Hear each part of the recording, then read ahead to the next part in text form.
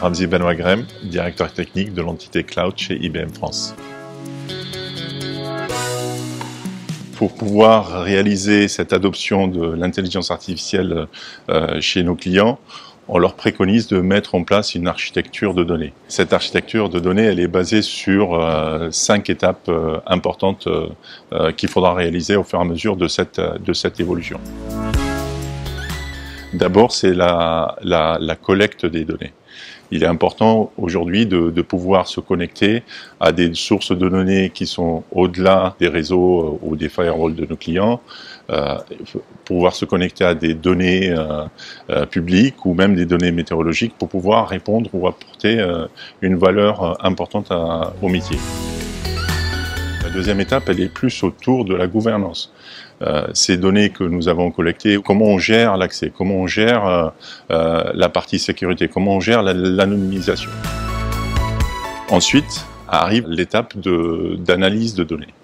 Et donc là, on va appliquer des méthodes de machine learning ou de deep learning ou même d'intelligence artificielle pour pouvoir apporter cette valeur-là ou extraire cette valeur-là des données. L'intelligence artificielle, si on veut, elle va prendre deux axes. D'abord, la partie analytique, donc les modèles d'analyse de données, de machine learning ou deep learning, mais de l'autre côté, il y a toute la partie qui gère l'interaction humaine avec le langage naturel, avec les émotions. Et donc, l'idéal, c'est de pouvoir marier les deux afin de pouvoir apporter des solutions innovantes et qui ont une forte valeur ajoutée.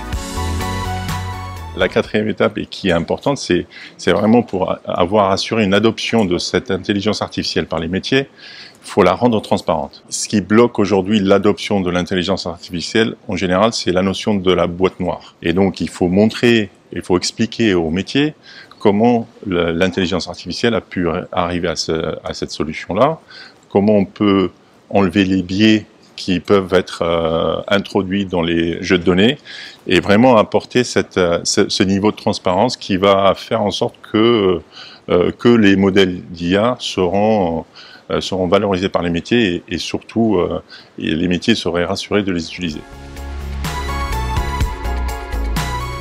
Et la dernière étape, c'est de pouvoir déployer ça à grande échelle au sein de l'entreprise. Et là, pareil, nous avons un certain nombre d'outils pour accompagner les clients à pouvoir déployer et pouvoir gérer cette exécution au niveau de l'entreprise.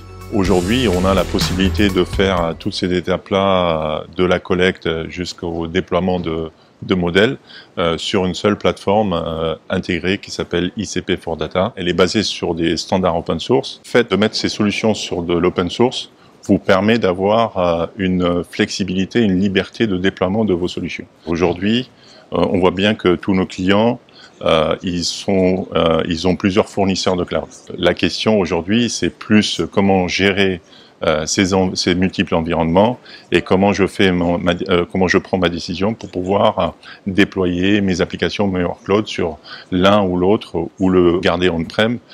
C'est vraiment un des enjeux majeurs de cette transformation numérique.